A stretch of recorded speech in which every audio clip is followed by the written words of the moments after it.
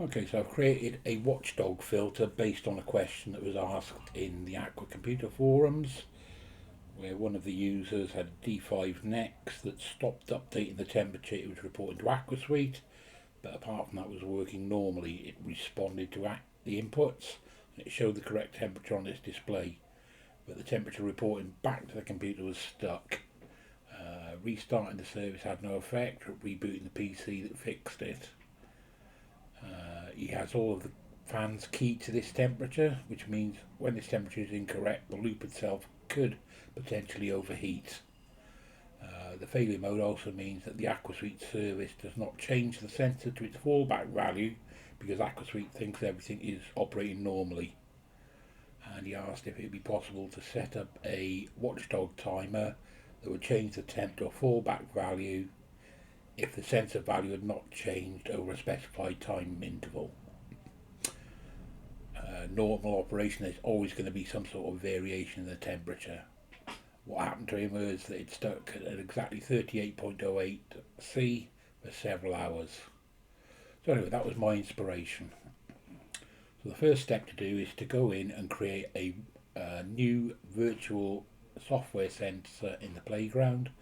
I've called it Watchdog, and I'm taking as my input, I'm using my CPU temperature as my input. It doesn't really matter which one, this would apply to anything you want to use.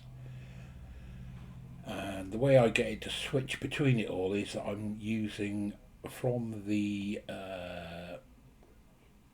filter section, sorry, not the filters, from the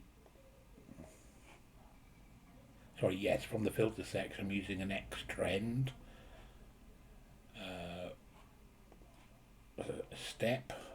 So this step on its own is monitoring, and if you see, it's creating a fixed value of 0 means that the temperature has stuck, and you can set this over any period you want. So that at the moment my test setup is monitoring it over 15 seconds.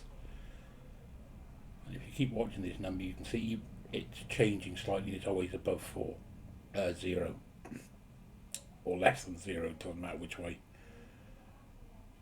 So what I want to do is detect if this equals 0.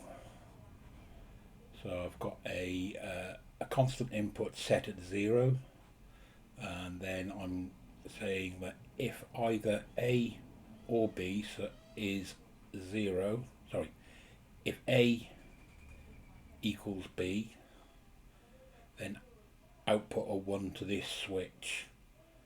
This switch will then switch the output from its normal CPU temperature sensor, which at the moment is set at 39, or is running at 39 degrees, or output this value of 200, which is my fallback value.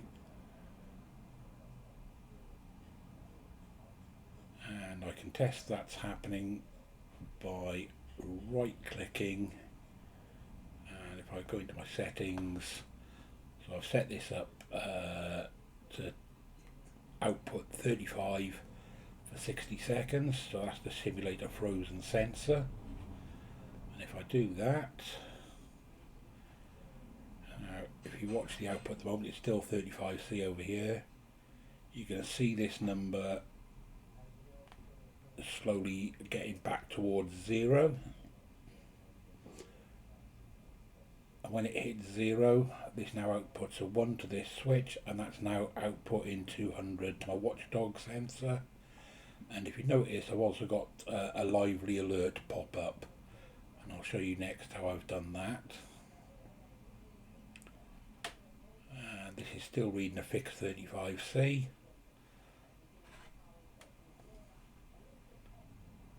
And just waiting for the 60 seconds to elapse. It's still outputting 200C.